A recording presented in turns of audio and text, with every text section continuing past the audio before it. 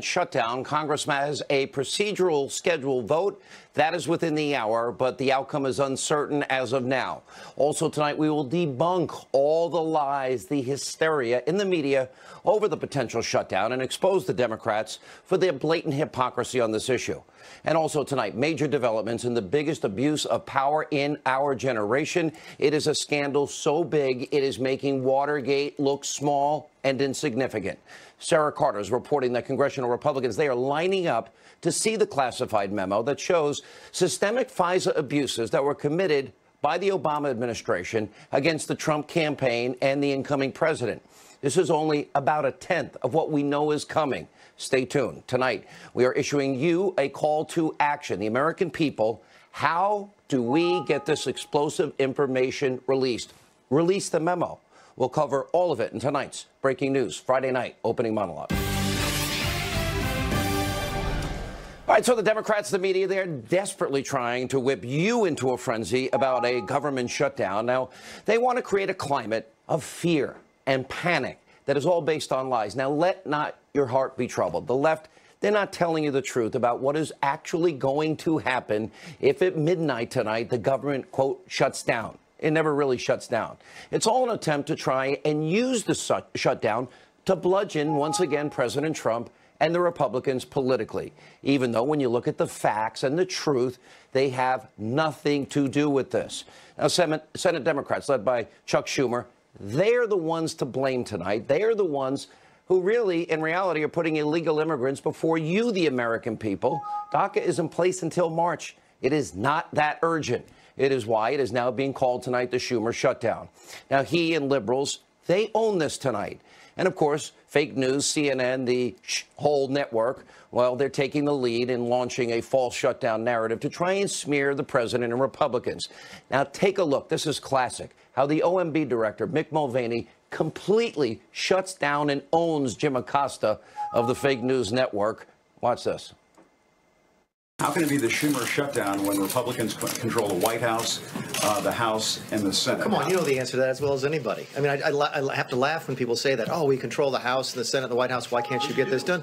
You know as well as anybody that it takes 60 votes in the Senate to pass an appropriations bill, right? You know that. I know that. Okay, so when you only have 51 votes in the Senate, then you have to have Democrat support in order to keep the government, to fund the government. So that's the answer to your question. It seems that the whole process was blown up by the president's comments. When Republicans tried to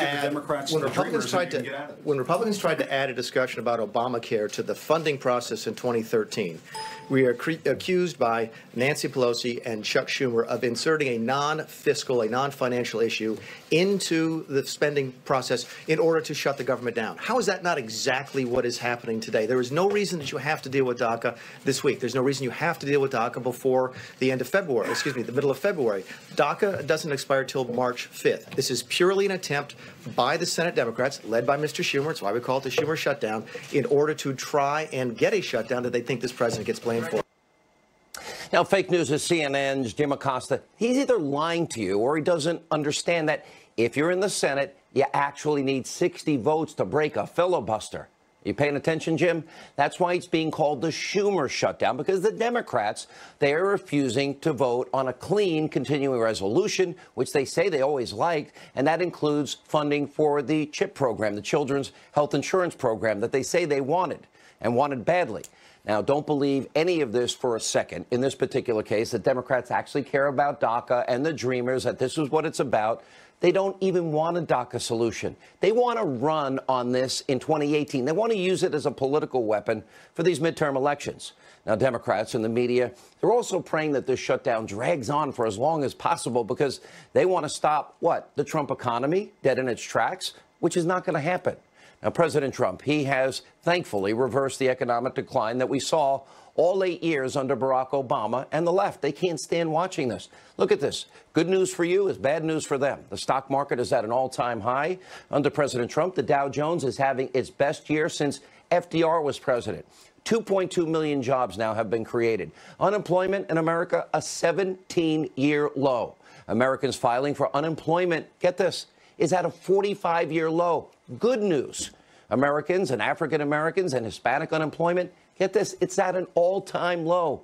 under the president's policies, and consumer confidence is near an all-time high. Also, 2 million fewer people are on food stamps today. The forgotten men and women are being remembered, finally. In other words, it is a complete, in 1 year, turnaround and the exact opposite of what we saw during the last 8 years of Obama's failed economy. They don't want to focus on this. And in addition to being exposed as total frauds and political hacks over the government shutdown, well, Democrats are also massive hypocrites, and we have the evidence. Here's what they said back in 2013 when they were trying to blame Republicans for a government shutdown. You might remember this. I call them legislative arsonists.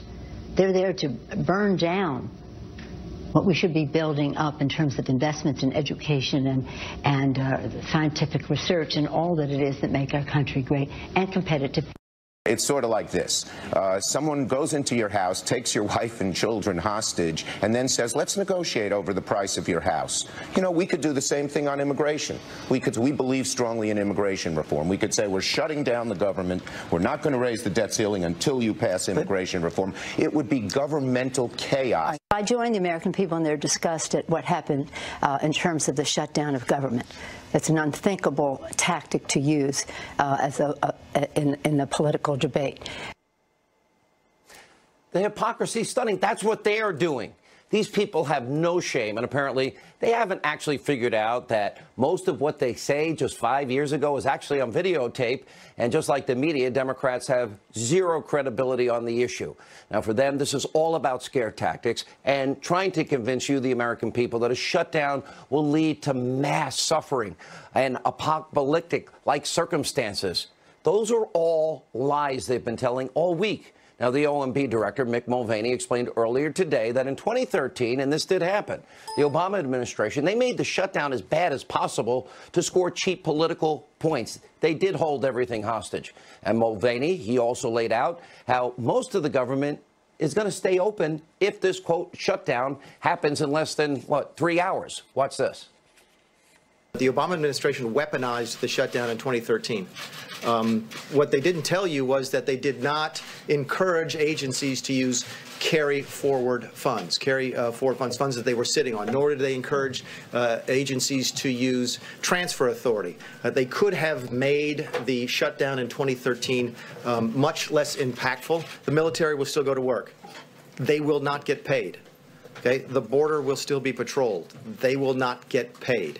Fire folks will still be fighting the fires out west. They will not get paid. The parks will be open. People won't get paid. Fannie and Freddie will be open. The post office will be open. The TSA will be open. But again, all of these people will be working for nothing, which is simply not fair. We are going to manage the shutdown differently. We are not going to weaponize it. We're not going to try and hurt people, especially people having to work for this federal government. We're not going to hurt people. Now, that's the truth. The government doesn't really shut down. I hope the Democrats won't inconvenience all these brave people that work on the border, the firemen. Just don't believe the media and the Democrats, their typical scare tactics, because they're not true. And very few people will tell you that. All right, on to our big top story tonight. Alarming, shocking. People will go to jail. Comparisons to KGB tactics. Well, that is how lawmakers tonight are describing the biggest scandal in American history that the media is trying to ignore. They will not be able to. Now, Sarah Carter is reporting tonight that more than 130 members have actually gone to see the explosive classified memo that shows systematic FISA abuses against the Trump campaign and an incoming president. And according to Sarah Carter, the vast majority of those members of Congress, they happen to be Republicans. In fact, only Democrats, the only ones to look at the 4-page memo, are the ones who are on the House Intelligence Committee, and only one other Democrat we know of actually took the time and went over to look at it today. And Democrats on that House committee, by the way, who are the ones that voted to keep it secret from Congress, they don't want you to see it. So what are the Democrats trying to cover up in this particular case? What are they hiding here? Who are they protecting here? And why do they want to keep it a secret? Now, tonight, we are demanding that this information be released to you, the public, because the American people, you need to know about this huge and massive abuse of power and how the Obama administration has weaponized the powerful tools of intelligence and how the Clinton bought and paid for phony Russian dossier was actually used to not only spy on the Trump campaign, but also to get a FISA warrant based on lies. So we're asking tonight that you call your members of Congress. There's the number. It's on your screen, 202-224-3121. Tell your members of Congress, release the memo. That's it. If you're on Twitter, hashtag release the memo. We're going to put the number up throughout the show tonight. Now, I know a lot of you have been writing and asking, well, why is it taking so long? We have been since March. We reported first then about this abuse, that the Trump campaign had a FISA warrant that was issued against them. That was back in March. We have been unpeeling the layers of this onion, this massive scandal, and it is so imperative. We've now gotten to this point that you need to see this information for yourself. We hope you'll call the number on your screen. Demand, just release the memo. Tell the truth to the American people, because we have a few powerful people in the intelligence community. Well, they thought they knew better than we did, than you did, about who should be the president. They abused their position. They tried to influence, steal, rig an election. Now, all that needs to happen is this. The House Intelligence Committee, they need to vote to release this information to the public. They will then send it to the White House, so I would assume would sign off on it. So in reality, with enough pressure, this can be done in a matter of days. And sources familiar with this memo, they are telling us that the contents of this memo are so severe and so shocking that it will lead to the firing of people at the highest levels of the FBI and the DOJ. Now, please keep this in mind. As we said earlier, everything that we are telling you tonight, it's only a small portion of what will be coming out throughout this year. It's going to take time. We're going to need your patience. But the first explosive evidence is now available. Think back to Watergate. Watergate was a third-rate break-in, a group of people trying to cover up, a break-in at the Watergate Hotel to get information on an opposition candidate. This scandal is about the systemic abuse of power, the weaponizing of the powerful tools of intelligence against an opposition party during an election year, and in the process shredding our Constitution, our Fourth Amendment constitutional protections against unreasonable search and seizure, all in a plot to impact and rig and steal an election.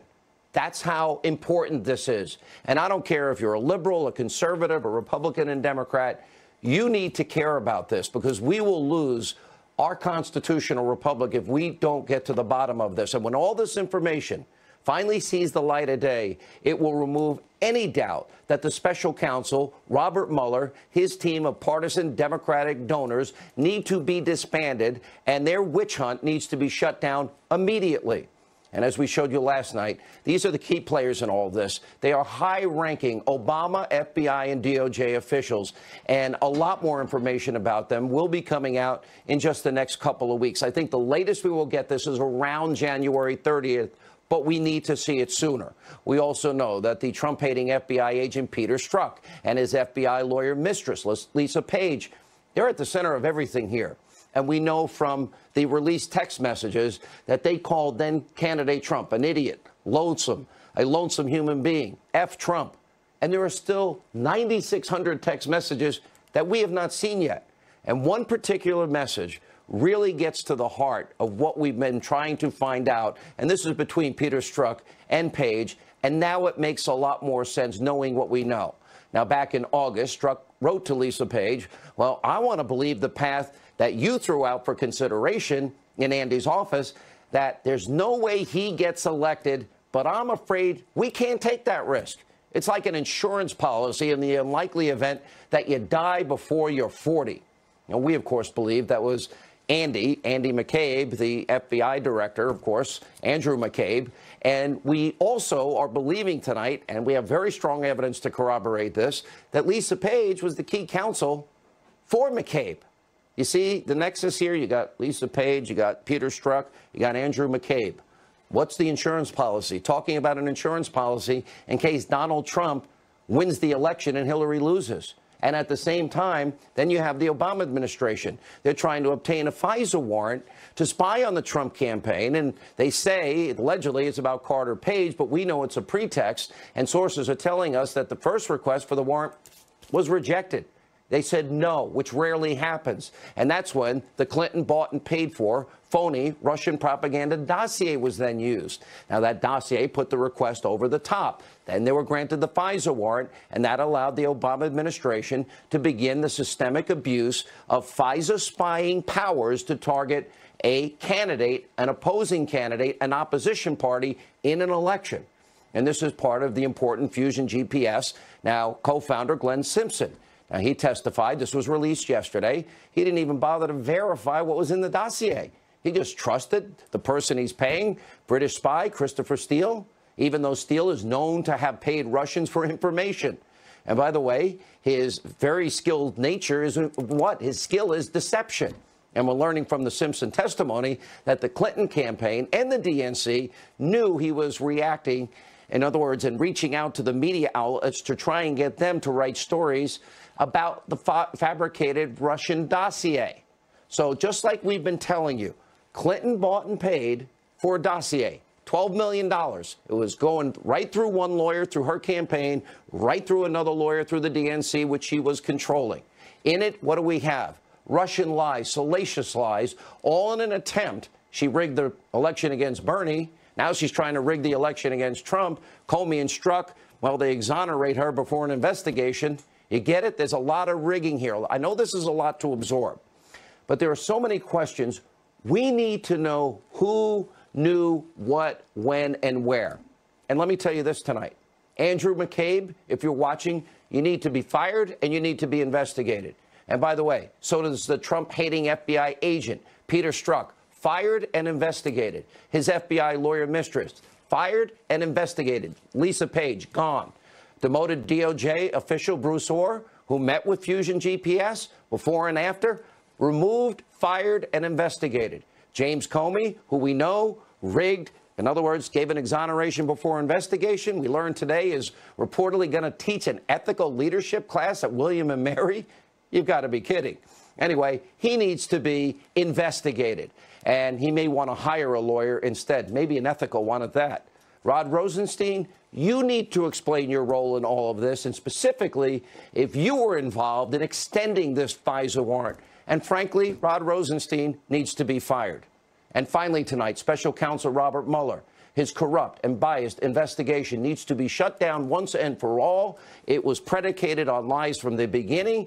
The country has suffered enough, and it has been unfair, inaccurate, untrue, and extremely and extraordinarily and abusively biased in their tactics and their hiring of people with questionable ethics who in the past have withheld exculpatory evidence, were overturned 9-0 in the Supreme Court. People went to jail, and that was overturned in the Fifth Circuit Court of Appeal. And you only hired people that donated to Barack Obama, Hillary, and, of course, the DNC. What we are uncovering here is far worse than Watergate. People need to be held accountable, especially when you have congressmen that saw the memo, that say the memo is likely to send people to jail. This is a massive abuse of power, a major violation and a shredding of America's constitutional principles. The powerful tools of intelligence were abused by the people at the top, not the rank and file, not the FBI, agents out there working hard to protect us every day, not the people in the intelligence community that protect us every day. These were people at the top. Instead, they weaponized those tools of intelligence to spy on an opposition party, and it is why tonight we are asking you to help us and demand that this memo be released to the American people that will begin the process, only begin it, to show the abuse that has taken place for the American people. Call the number at the bottom of your screen, and I hope you will demand to release the memo. Hashtag release the memo. Here with reaction, Fox News national security strategist and former deputy assistant to the president, Sebastian Gorka. Fox News contributor, investigative reporter, Sarah Carter. Fox News legal analyst, Greg Jarrett. Sarah, I want to go back to where we were last night. This was back in March of last year that you literally first said, wait a minute, we've discovered that a FISA warrant was obtained to spy on then candidate Trump and maybe another warrant. You and John Solomon breaking the story. That's right. Explain to my friends that are so impatient why it's taking so long, because it's been literally a layer of onion a day. Because we've had to have the evidence, and each piece of this puzzle is another piece of evidence that we could deliver to the American people and to Congress. And when Congress took over and when the Department of Justice took over, they're unraveling, they're moving forward with the investigations that we weren't privy to because we couldn't access the classified information. It is so important to understand that had we not looked into this, had Hillary Clinton won, we would have never known that this was happening. And this is exactly what they expected to happen. This is why they got so lazy. This is why we see those text messages between Peter Strzok and Lisa Page.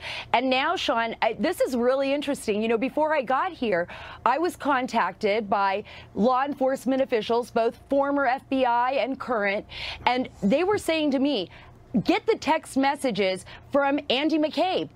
Get his text messages. Find out what was going on there, because there's a lot more. Where Lisa Strzok, where Peter Strzok and Lisa Page left off, there's a lot more to be seen there. And, you know, once again, this is one piece of the puzzle at a time. And this is what we've got to do to uncover the truth. And I think that the American people will be just as shocked as Congress, and I think they're going to get those answers very shortly. Greg Jarrett, let's go to the legal side of this. You have been examining every aspect of it. Tell us where we are, and do you agree with my calls for the firings? Anybody you disagree with? Oh, absolutely. Top officials should be impeached, which means they can't hold another government position. But I suspect this intel document is going to reveal multiple felonies by high-ranking officials at the FBI and the Department of Justice. There's a federal felony statute. It's called deprivation of rights under color of law. And it says that a government official cannot use their position of power to deprive somebody of their constitutional rights. Here, it's the constitutional right to privacy as upheld by the Supreme Court. So if the FBI and the DOJ goes into a federal judge using a fake false document to obtain a warrant to spy, that's a violation. It's a felony. It's 10 years behind bars. People ought to be prosecuted for that. Is there anyone you disagree with that should be fired? And do you agree that the special counsel, Robert Mueller, needs to be disbanded because it was all done on false pretenses, and it seems it was all done illegally? Well, one of the congressmen who saw this 4-page intel document said yesterday people ought to be fired, and he named names. And one of them, in addition to Bruce Orr, is Rod Rosenstein, who's the acting attorney general in the Mueller investigation. He's Mueller's boss. He's overseeing it. If he goes, Mueller should go, and so should his investigation. Dr. Gorka, you were in the White House for a big period of this time. I've got to imagine this becomes very distracting, and the fact that it's all predicated on something that is false, erroneous, and that we've had no evidence for in a year, probably frustrating to you. Well, it was, but the president told me one day in the Oval, just the two of us, that they will find nothing because there is no Russian collusion. So the president must be commended for being completely hands-off with regards to all these absurd allegations and investigations. But I have to repeat and emphasize something you said in your monologue, Sean. Just before I came to the studio, I spoke to my sources as well. The memo is the tip of the iceberg. That refers to DOJ and FBI malfeasance and felonious activity weaponizing intelligence against U.S. citizens. But it goes Sarah, much do you higher. Agree with that too? It goes much higher. Agreed. Oh, absolutely, I Sarah, agree. And remember, Sean, it was about the FISA. It was about FISA 702, abusing that system. And remember, they collect everything. This is not just about foreigners. There's a collection of all Americans. So every call that's made overseas, every email, everything. I want to know how many people within the Trump campaign and within the Trump administration, they were actually... How many people? How many? Surveilled and unmasked and leaked upon. It's Obamagate, Sean. I want to say this. All of you have been amazing. Thank you for your hard work in the last year. We have another Fox News chief national correspondent, our friend Ed Henry. Going to be a long night. Hope you have a lot of espresso there, Ed. Yeah, we're getting ready for that, Sean. Look, we actually have some breaking news this hour, which is that you're right. The storyline has been all night that at 10 p.m. Eastern, there's a Senate vote likely to fail because, let's be clear, Senate Democrats are saying they're going to block this House GOP bill that passed last night to keep the government open. So what's the breaking news? We're now being told by Lindsey Graham, the Republican of South Carolina. He's been shuttling back and forth between the Democratic leader Chuck Schumer and the Republican leader Mitch McConnell's offices up on Capitol Hill. He says there's now the outlines, at least, of a framework, not a deal, but maybe a framework for a deal that would keep the government open till February 8th, not the 16th, as laid out and approved by the House last night. Why would they move that up? Number one, he says that both sides want to get this past the State of the Union, the president's first State of the Union, January 30th, that's coming up, so that this mess is sort of cleared for a while. But then also, instead of waiting until the 16th, move it up to February 8th. So there's at least a week's more urgency to deal with 4 or 5 big issues, and I'll quickly rattle those off. Graham talking about DACA, of course. How are you going to deal with the children of illegal immigrants who are here? But at the same time, promising that border security that this president has said over and over has to be dealt with will be in there. And then children's health insurance funding. We've talked about that. Finally, I think maybe the most important thing is that Lindsey Graham is pointing out that today we heard from Defense Secretary James Mad Dog Mattis, who said that this mess in Washington right now is hurting military readiness. And so Lindsey Graham and others on the Hill are saying they want this spending bill eventually to deal with defense spending, because at a time of great threat around the world, this ping pong back and forth between the House and Senate and everything else is not helping military readiness. So there's not a deal yet. But what's breaking this hour, Sean, is that for the first time we see the possibility of something to avoid a shutdown where they would keep this government open till February 8th. But again, they don't have the votes yet. There's a framework here. They're trying to put it together. We'll see if they'll beat the clock at midnight, just 2.5 hours away. All right, Ed Henry at the White House joining us now with reaction. She's the counselor to President Trump. Kellyanne Conway is with us. Kellyanne, the one thing that really, well, two things struck me today as Mick Mulvaney was talking and speaking to the press. Number one, how ignorant Jim Acosta is that you need 60 votes. And number two, he said, this does not have to be painful. Obama and the Democrats made it more painful than it needed to be. That will not be the case this time. And look at the different approach of this president from the former president. He was entertaining negotiations, listening to people very patiently today. I witnessed some of it.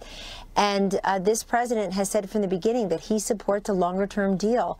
You've got the Democrats now on the wrong side of history with the tax cuts, which already have yielded millions of Americans benefiting from pay raises and bonuses and capital investments and repatriation of wealth. If you voted against a tax cut last month, you voted against 20,000 jobs from Apple this month. And the same thing is happening now. The Democrats tonight are on the wrong side of history. They're against veterans and children, our Border Patrol agents, our firefighters. They're against the Pentagon when our Secretary of Defense says that military readiness is in peril. So you've got Donald Trump, our president, very cleverly having the Democrats be against CHIP, a children's health plan, which will imperil many, many children who rely upon that. All we're asking for is a longer-term deal that funds our military, that gets that wall, the border security. The president has said he'll talk about DACA. Sean, there's a deadline approaching tonight, but the deadline's not DACA. That's in March. The deadline tonight is a spending bill to keep our government open. Yeah. And you're starting, by the way, you're starting to see some Democrats peel off. They're not willing to go down with this sinking ship that I think the more left-wing folks who are auditioning for 2020 are trying to steer the Democratic Party into. You see some of those red state Democrats tonight peeling off from the leadership and saying they can support this bill. All right. You know, look, this is so important on so many different levels, not the least of which is we're going to have Border Patrol agents. They have to work, but they may not get paid. That's right. That's hurting, you know, the forgotten men and women, the people that do all these great jobs for us, firemen, et cetera. If it's only till February 8th, and Chuck Schumer, does he not know that they don't have control of this and that he's trying to weaponize and threaten the American people with a big shutdown? Because that's the language that he used and Pelosi used just 5 years ago. Well, the answer to your question was said by many Democrats publicly on TV and elsewhere today, Sean. Many Democratic office holders and pundits and sympathizers took to the airwaves and said, oh, well, the Republicans will be blamed for this. They control the House, the Senate, the White House. First of all, you need 60 votes. Secondly, that's the wrong way of looking at this, because there's only one major party and one major movement for the last year plus that has claimed the mantle of, quote, resistance. And America knows who that is. The Democrats pride themselves on obstruction and resistance, saying no and holding up a stop sign.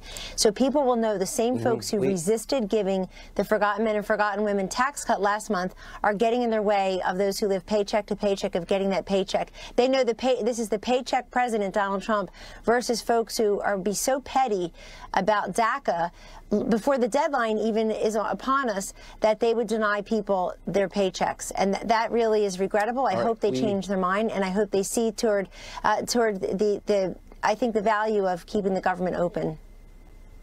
All right, Kellyanne, we thank you. We'll be watching. By the way, the president just tweeted this out.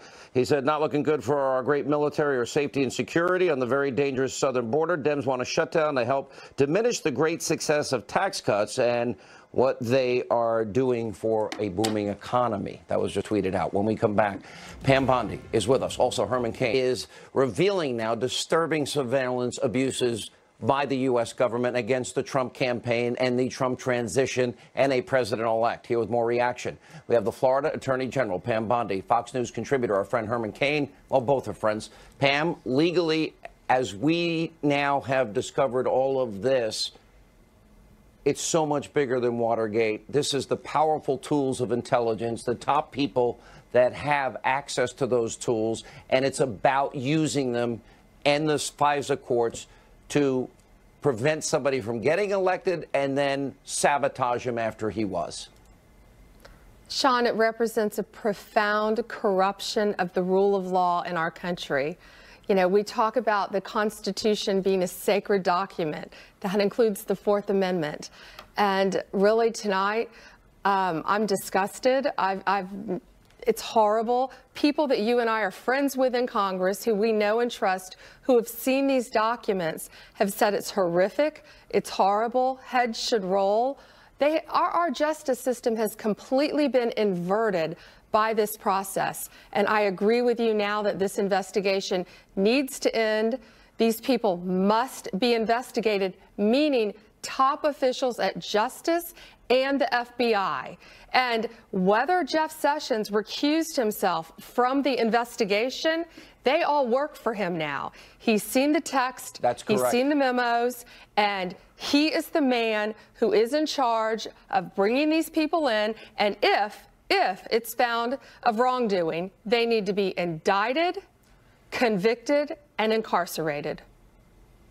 Herman Cain, I know you went through a lot when you were a presidential candidate. We've been longtime friends. It was horrible. It was abusive. This is on a level that is way beyond anything I've ever seen, and maybe, hopefully, beyond anything we will ever see again, and it's only the beginning. It is only the beginning, Sean, as you indicated. And as Pam said, people that we know and trust are horrified as to what's in that memo. But here's something that's even worse than what appears is going to come out as a result of this. Somebody should go to jail. I say should because due process takes a long time. Now, here's what's even more troubling. You have talked about the deep state, which is short for the deep bureaucratic federal government. Think about 2.1 million people and how much more corruption there might be embedded within the federal bureaucracy. That's even worse than what we're facing. But the good news is it's now being revealed about the real corruption that took place. And the only reason we're finding out about it now is because Hillary didn't win. They were so sure she was going to win the presidency. So true. She was going to rake it under the rug. We now have found out about it. Pam Bondi, we first reported on the potential of a FISA warrant almost a year ago. It has taken a year to, grind away and unpeel that layer of an onion. The people that I mentioned, Lisa Page, Peter Strzok, Andrew McCabe, Rod Rosenstein, James Comey, Bruce Orr, do you agree with me in what I'm saying, that they all need to be investigated, well, first fired, then investigated, and then immediately I believe we should disband the special counsel based on the false pretense and circumstances under which it was put together? Yeah, and just to explain to all your viewers, a FISA warrant as a prosecutor, career prosecutor, that's one of the most serious things you can get as a prosecutor. And you go in there and you swear to a judge that the evidence that you're showing them to obtain a warrant to spy on someone, to wiretap their phones. A warrant, but predicated on a phony, lying Russian dossier paid for by another candidate, spying on an opposition. So these agents are swearing to a judge that this is true. And we have to, we know for a fact which ones knew it was false. We have to, I can't believe the judge hasn't already held them in contempt of court, frankly. I really can't. They came in and swore to a judge. And I want to know if Rod Rosenstein, if he extended it, we're running out of time. Herman, last word. Yes. Last word is this. This is worse than Watergate as we allow due process to unfold. Here's the other thing. All of the Democrats, as some of your previous guests pointed out, voted against letting the public know. Once again, they don't want the public to know the truth. The Democrats don't. Look at the number. We keep putting it up throughout the show. Release the memo. Hashtag release the memo. Dan Bongino, Geraldo, they battle it out next. There is no doubt but that the Democrats are doing to the Republicans what the Republicans did to the Democrats. The victims, in my view, are these poor dreamer kids. This is an issue that should have been resolved months ago. Now they put President Trump in a place where he either has to capitulate to the Democrats and make it look as if he went kicking. The dreamers are still here until the end of March. And Trump offered a deal. Chain migration ended, merit-based immigration in the wall, and you got a deal. And a lot of conservatives didn't like that deal. I'm with you. I absolutely believe that this is a deal that should have been made months ago. This is the deal that I believe was made when Senator Durbin decided, rather than to help the undocumented immigrants and the dreamers in Illinois, he would rather snitch out the president and get him, embarrass him and paint him as a racist, that he went for the short money Durbin did. He embarrassed the president. He cut up the president. He got the whole shat hole thing so notorious. This is the deal that should have been made. The victims, I think, are the dreamer kids. I believe Ed Henry's reporting. I think there will be a continuing resolution. I don't know if you can get it done unless this is the vote that gets it done, unless they can muster this in the next 2 hours. I think it's a long shot, but say they get to February 8th. For the next 3 weeks, you're going to have a bitter, ugly immigration debate that gets us back to the same position we are in right now. Just it'll be Dan 3 weeks Bongino. from now. They're holding this hostage. Listen, this is a scam, okay? Geraldo, the real dreamers are the American citizens who finance this government right now, who are being screwed over by this clown show in Washington, D.C., and this utter lie being told by the lying charlatans in the Democrat Party telling the American people that there's a DACA deadline. There is no DACA deadline. Listen, guys, horse blinders. The DACA deadline is March 5th. This is a scam by the charlatans in the Democrat Party who couldn't give a hoot about immigration and care only about votes. They couldn't give a damn about the American citizens right now. They're embarrassing us again in front of the entire world, and it's all based on another lie that there's a DACA deadline now that doesn't exist. This is crap, and we're all being screwed because this whole thing about hypocrisy and crap and lies and all the rest of it, it really doesn't matter. Every once in a while, you have a time where the Senate needs 60 votes to get anything accomplished, And so now the Democrats who are out of power know that just for these 10 minutes, they can screw the president, they can embarrass the president. They have the choice, the Democrats. Do they really want to do something for the Dreamer kids, or do they want to embarrass the president? So far, they've chosen to embarrass the president. What he does now, it's a long shot. The only thing he can do is a short-term continuing resolution, use these 3 weeks to hammer out a deal that they should have hammered out. Shame on both these parties for eating up the whole future of these children. I think it's horrible. No, you know, Geraldo, not shame on both of these parties. I am no big fan of the Republican Party. Believe me, they've sold us out, too, over the years. But that's just not true. The Republicans have capitulated on every single thing that had to be handled right now. Like on what? chip, Come on, on Dan, increased like domestic spending. No, this is true. This is a fact. They have capitulated to the Democrats on everything, which angers me. The Republicans gave the Democrats everything they wanted. And the Democrats said, no, we don't want that. We're going to close down the government anyway. I'm sorry. This is the Schumer shutdown. I think the Democrats will bear the blame. The Dreamer kids will be less popular even than they were. 2013 was the Republican Ted Cruz shutdown. This is dirty politics, and we're left holding the bag. It didn't hurt anybody. This government shutdown will hurt nobody. All right. Thank you both. When we come back, is liberal Joe colluding with Putin and the Russians? We'll play you the tape.